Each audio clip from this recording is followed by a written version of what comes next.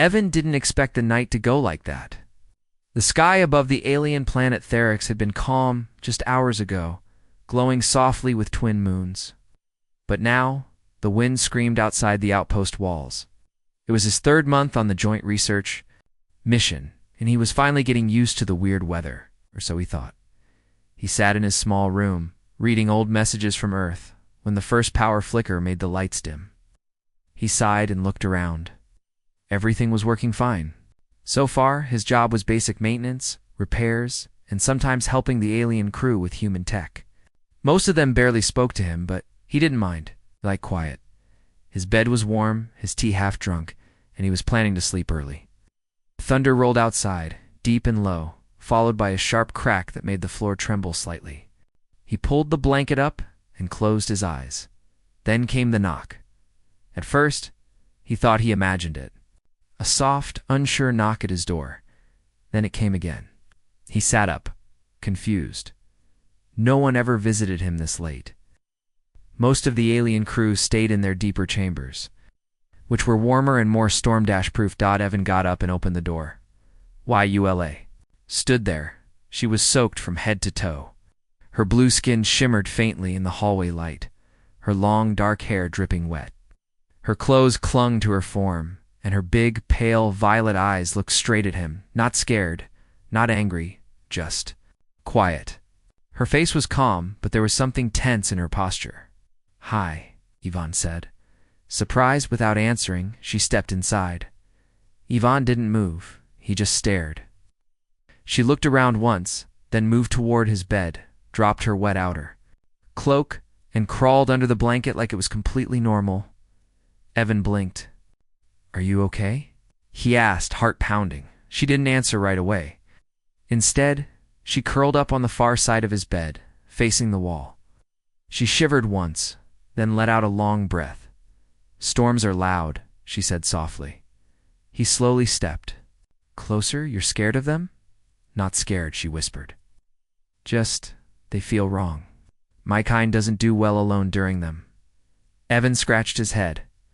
He had no idea what to do. He was still in his t-shirt and shorts, feeling awkward. There was a stunning alien woman in his bed. "What was the rule book for this? Do you want, like, another blanket?" he offered. "No," she said. "This is good." Evan slowly lay back down on the bed, careful not to get too close. He stayed on his side, staring at the ceiling. Her presence was warm beside him. It wasn't bad, it's just strange. Outside, the storm raged louder. Thunder boomed like drums and wind howled like wolves. Yula shifted slightly, her back brushing his arm. She didn't say anything else, and soon her breathing slowed. She had fallen asleep. Evan couldn't sleep. His mind raced. Was this normal? Did her people do this often? He barely knew her. They'd spoken maybe 3 times. She had always been quiet during meals, polite during work, but distant. Now she was in his bed, asleep, and he didn't know if he should feel honored or worried. He turned slightly to look at her. Her face was peaceful now, lips parted slightly. Her soft features relaxed. Her skin had faint glowing patterns near her temples, something he hadn't noticed before. She looked calm, even pretty. He looked away quickly. "Focus," he whispered to himself. He stayed awake most of the night. His heart never really slowed down. When morning came, the storm had passed. Soft sunlight slipped through the small window. Birdsore, something like birds sang in the trees outside. Yula stirred. She opened her eyes slowly and looked at him. No fear, no embarrassment. Just that calm stare. "Thank you," she said softly. "For what?" "Letting me stay?" "I didn't want to ask. I didn't know how." He sat up. "You could have knocked sooner." She gave the tiniest smile. "I wasn't sure you'd understand." He laughed nervously. "I still don't." Yula sat up, her hair now dry, her clothes wrinkled but neat. She brushed a hand across her neck where a faint pattern pulsed gently. When storms come, Thyrexi sleeps together. Not for warmth, for balance. We sense each other's calm. It keeps the body from shutting down. Yvonne stared at her. "You mean, if I'd said no, I would have stayed outside, she said. But I hoped you wouldn't. He swallowed. Well, I'm glad you didn't. She stood and picked up her cloak. This doesn't mean anything to your kind, she said, looking down. But to us, it's a bond. You kept me balanced. He didn't know what to say. YULA nodded once, and without another word, walked out. Evan sat on the bed, still trying to understand what just happened. Her scent still lingered in the room, soft and floral. He touched the blanket, still warm, from where she had lain. What kind of bond was that? He whispered. Whatever it was, it had just changed something inside him. The next few days were strange for Evan. It's not because anything bad happened, but because nothing happened at all. Eula didn't visit his room again. She didn't speak to him beyond the usual greetings. Yet every time he looked at her, she met his eyes for a second longer than before. He couldn't stop thinking about that night. He replayed her words in his mind over and over. We sense each other's calm. This is a bond. It made him feel something strange inside. Not just flattered, but curious, confused, maybe even nervous. What kind of bond had she meant? Evan tried to keep himself busy, cleaned the solar panels, fixed a broken light in the alien lab, and checked the backup generators. But even when he worked, Eula's face came back to him, her soft voice, her calm breath beside him, her fingers brushing his arm without meaning to. Was that moment really so normal for her species? Or had it meant more? One evening, he sat in the mess hall, eating bland protein cubes and sipping warm fruit tea. The room was quiet. Most of the alien team ate at different times.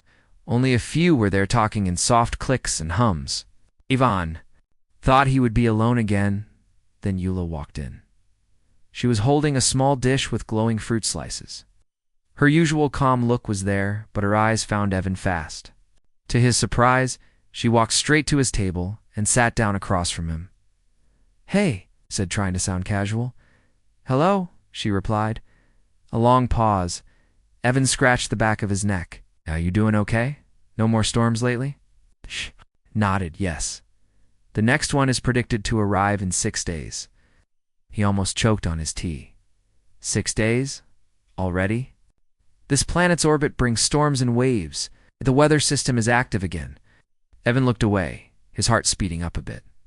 So, will you be sleeping in your room then? Lua tilted her head. No.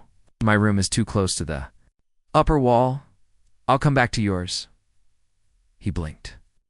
Oh, is that not acceptable? She asked gently. No. Yes. It's fine. You're welcome anytime. She gave a small smile. Thank you. They sat in silence for a moment. Then Eula placed a small carved stone on the table and slid it toward him. This is for you. Evan picked it up. It was smooth and cool, shaped like a spiral with small ridges. It's beautiful. What is it? A comfort marker. She said we give them to those who give us peace. He looked at it again, this time with more care. Her hands had made this. She had chosen to give it to him. He felt his face grow warm. Thank you, he said quietly. You're kind, she added, standing. Many would not have allowed me into their space. I'm not many, Evan said, surprising even himself. YULA. Paused at that. Then she nodded once and left. Later that night, Evan sat on his bed, holding the spiral stone in his hand. He stared at it, wondering how something so simple could mean so much. He placed it on the table near his bed, then lay down. His thoughts wandered to Eula again. He imagined her voice, her scent, the calm in her presence. He didn't know what this bond meant, not completely, but he was sure of one thing. He wanted to understand it more. The next day, he was sent to help in the alien communication wing. Some of their systems had trouble syncing with human frequencies. Eula was already there, adjusting one of the consoles. You again, Yvonne joked softly. Me again, she replied, not looking up. He stepped beside her and started checking the interface. They worked in silence for a few minutes. Then she suddenly said, You blush often? Evan looked at her, surprised. What? But your face turns red. It did that last night, and now he coughed. Oh, yeah. Humans do that sometimes. It's Emotion. What emotion? All kinds. Surprise, embarrassment, maybe flattery. Eula paused. So when I gave you the marker, you were flattered? He smiled. Yeah, I was. It means a lot. She looked thoughtful. Then, I am glad. Another silence. But this one was soft. Warm Lay turned to him. I want you to know something. One chose your room that night not just because it was close. Evan looked at her. Then why? Because your calm reaches far. Even before I touched you, I could feel it. His chest felt tight. Not in a bad way, but in a way that made him want to hold her hand. He didn't, though. You say the nicest things in such a serious way, he said with a chuckle. I only say what is true. She walked out, leaving Evan standing there, completely unsure of what to feel. Evan woke up early the next morning. The sun wasn't up yet, but the sky outside had a strange glow-orange and dark gray mixed together. He knew that color now. It meant a storm was building again. He got dressed quickly and walked to the central terminal. The weather screen showed flashing warnings. Heavy storm approaching in 36 hours, stronger than the last one. As he stood there reading the data, someone walked up beside him. Why you, Ella? You saw it too? He asked. Yes, she said calmly. This storm will be worse. The underground chambers might not be enough.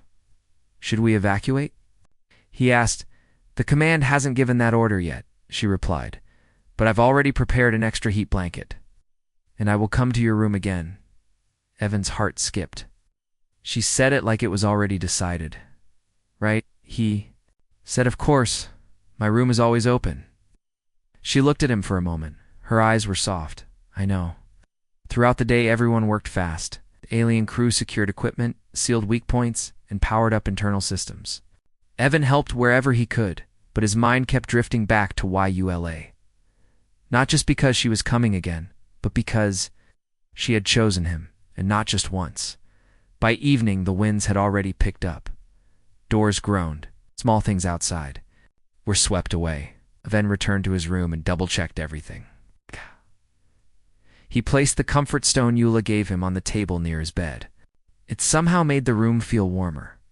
An hour passed, then another knock. He opened the door. There she was again. This time, Eula wasn't wet. She had wrapped herself in a soft cloak, carrying a small pack in her hand. Her hair was tied up neatly, and her eyes looked directly into his. May I come in? She asked gently. He stepped aside. You never need to ask. She walked in, removed her cloak, and placed her pack on the floor. She looked around like she was remembering every part of the room. Then she sat on the bed. You changed the blanket, she said. Yeah, he nodded. Thought you'd like something warmer. She nodded once, then slid under the blanket again. Evan followed, lying down beside her closer than last time. The wind howled outside, loud and steady. Lights flickered again. Are you afraid this time? He asked. Not as much, she whispered, because I knew you'd let me stay again. He turned toward her slightly. You trust me, yes? Evan took a deep breath. Can I ask something? You may. You said this is a bond? What does that mean exactly? To your people? Eula was quiet for a moment. The wind hissed around them. Then she spoke. In our culture, when a Thyrexi shares rest with another during fear, it creates a connection. Something that grows stronger each time. Evan listened carefully. We don't do this casually, she continued. Our bodies. Remember the one who calms us. And eventually, our hearts do too. Evan's chest tightened. So, are we bonded now? Twice. Yes, she replied. The third time would make it permanent.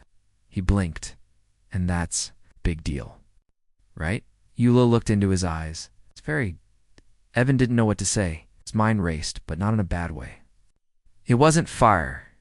It was excitement, surprise, maybe even something close to joy. Why me? He asked softly. There are others here, stronger, smarter, more like you. None like you, she said. His throat felt dry. Is that good?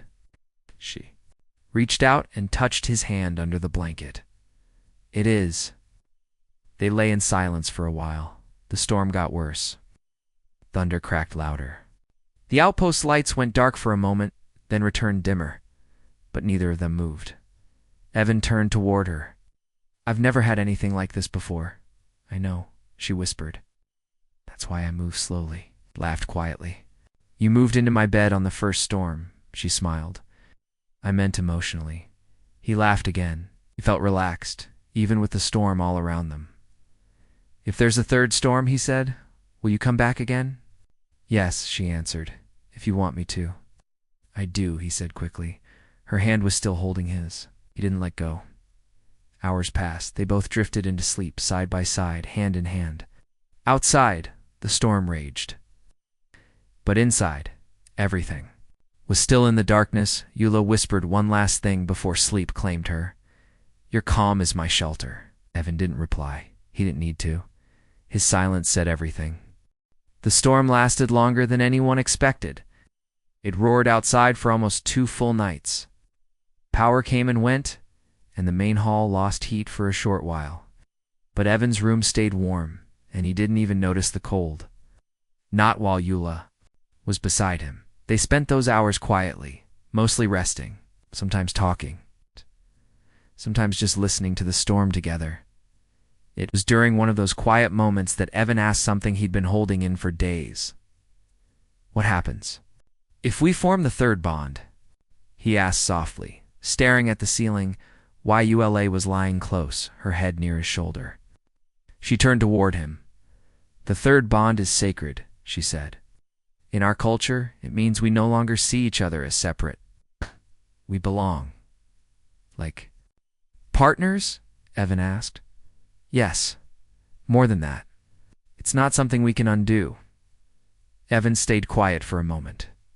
Her words were clear, serious, but he didn't feel scared. Not really. Just surprised by how calm he felt hearing them. "What?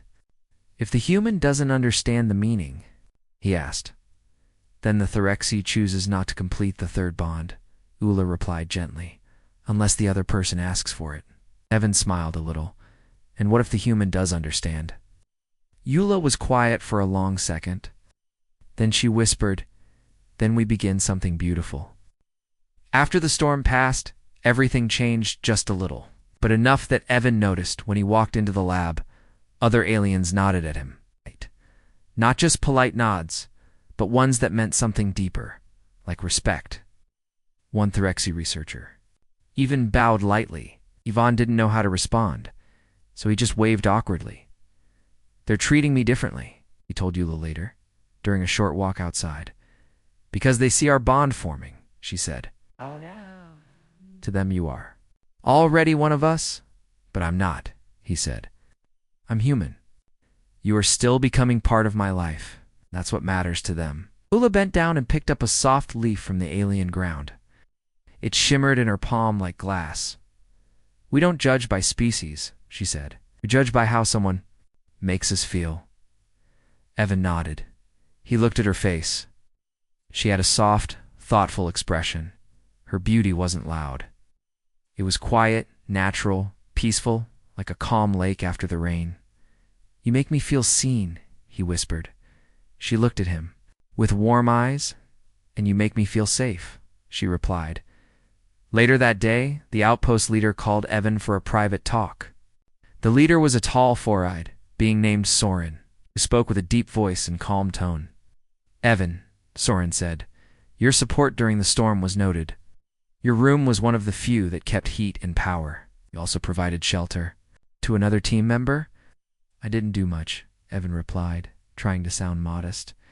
"You did enough to be recognized," Soren said. "Your actions follow the Thyrexi way. You have our trust." Evan didn't know how to respond. He just nodded. "If a third storm comes," Soren added, "and Eula chooses to stay with you again, know that it will complete your bond. Minnie will see you as her chosen." "I think I already do," Evan said quietly, smiled in a slow, alien way. "Then you are braver than most." The next few days were quiet. No storms, no major repairs, just regular work and shared meals. But Evan noticed something else, something new. He and Eula spent more time together now. Oh. She invited him to her quarters once, showing him her carvings, her artwork, and the soft crystal lights she kept in small jars. They glowed like stars. "You made all these?" he asked. "Yes. I use calm moments to shape them, and I help create those calm moments."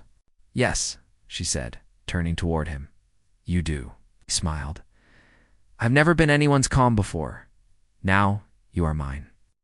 That evening, Evan couldn't sleep. Not because of storms or sounds, but because his thoughts wouldn't stop. He felt something growing inside his chest. Something warm and scary and hopeful.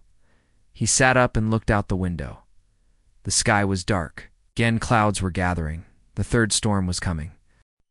By morning, the sky had turned completely gray. Winds began to push against the side of the outpost again. Soft alarms beeped in the halls. A message repeated over the speakers. "Third level storm warning. All personnel remain indoors." Evan stood by his window, watching trees sway under the growing force of the wind.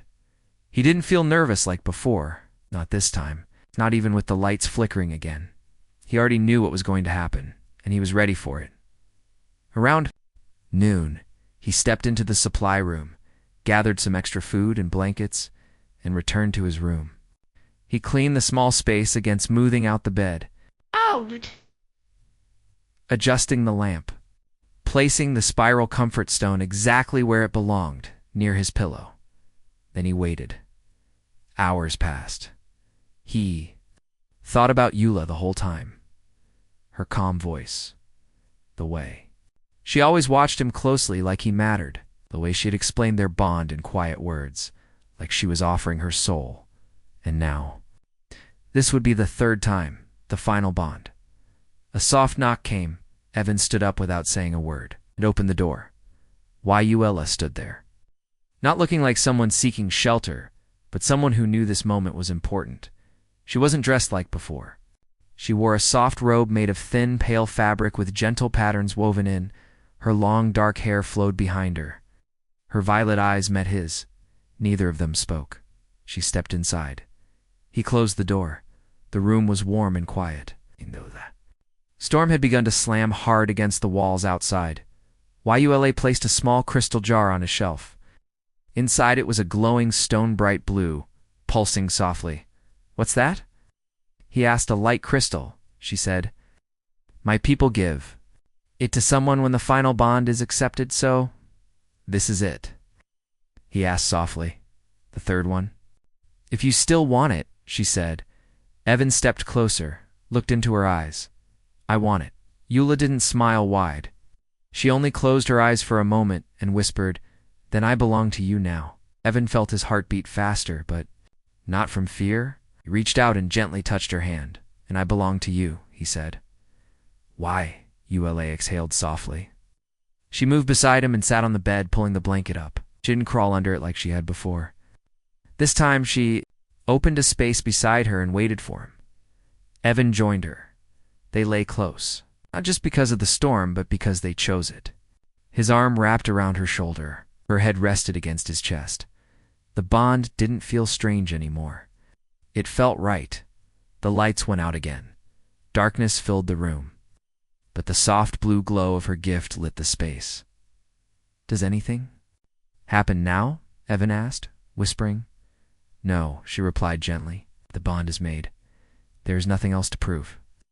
He smiled in the dark. "That's the best kind of ceremony." She laughed softly, her breath warm against his chest. "Humans have strange ways, but I like yours." He looked down at her. "And I like yours." Outside, the storm howled, but inside that room, it felt like the world had gone silent. Evan and Eula didn't need to talk anymore. Their hearts were already speaking for them. The next morning, the storm had passed. The sky was clear again, and Evan woke up with her still in his arms. They lay there for a long time, not moving, not speaking, just sharing the same quiet breath. Finally, she sat up and looked at him. "It's complete," she said. Evan nodded. "I feel it." She smiled. This time it was wider, more open, and Evan felt something stir in his chest that he hadn't felt In year's peace, the rest of the crew noticed quickly. Not because Evan and Eula announced anything, but because of the glowstone in his room and the way they walked beside each other without distance now. Some aliens offered soft gestures of respect. Others nodded with quiet approval, and no one asked questions because they understood that night. Evan placed the comfort spiral and the glowstone beside each other, he said as they sat together, when I got assigned to this mission. I thought I'd just be fixing machines and eating bad food. Eula leaned her head against his. And now, I don't want to leave. She looked at him. Then don't. He smiled. Good, because you're the best thing that ever happened to me. She looked down, blushing slightly. Soft glow forming on her cheeks. You make me feel more alive than my own stars, she whispered. The sky above Theryx turned a soft orange glow as another calm evening settled over the outpost. The last storm was days behind them, but the memory stayed with Evan like a quiet song playing in the back of his mind. He still couldn't believe how much had changed in just a short time before. He was just a technician fixing machines, cleaning solar panels, and sleeping alone. Now, he was something else, someone else. He was bonded, and Eula, the alien woman, who once barely spoke to him, had now become the most important part of his life. They had formed the third bond. Not because of rules or pressure, but because they chose it. Freely, fully, Evan spent the next few days settling into his new role. He was no longer just a visitor on this planet. He was called Bridgenu, someone who stood between humans and Thyrexi. Someone who helped both sides understand each other. Everywhere he walked, Thyrexi nodded to him with respect. Some gave him small gifts. One young alien gave him a bracelet made of tiny bones and glowing threads. Another placed a carved feather in his hand and said, "You bring calm where the sky brings fear." Evan kept all of it. He placed each item on the shelf in his room. Right beside the comfort spiral Eula gave him and the soft blue glowstone she had left after the final bond, each object reminded him he wasn't alone anymore. One evening, Eula invited him to her private space deep under the outpost. It was a quiet place, lit with soft lights, shaped like stars. Crystals hung from the walls, and there was a scent in the air like flowers after rain. "This is where I come when I want peace," Alla said, as she guided him to a soft seat made of moss and cloth.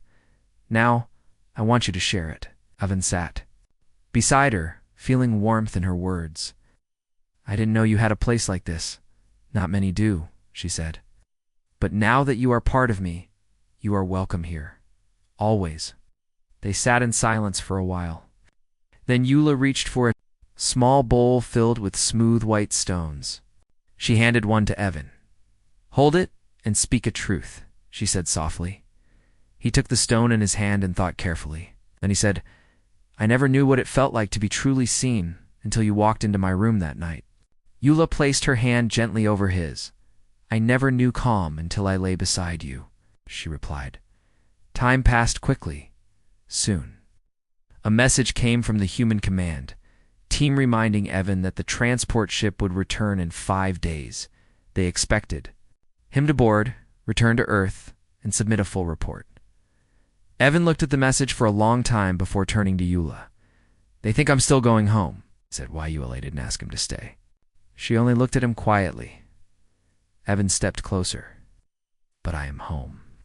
He didn't need to say anything else. The next day, Evan sent a message to Earth. It was short and simple.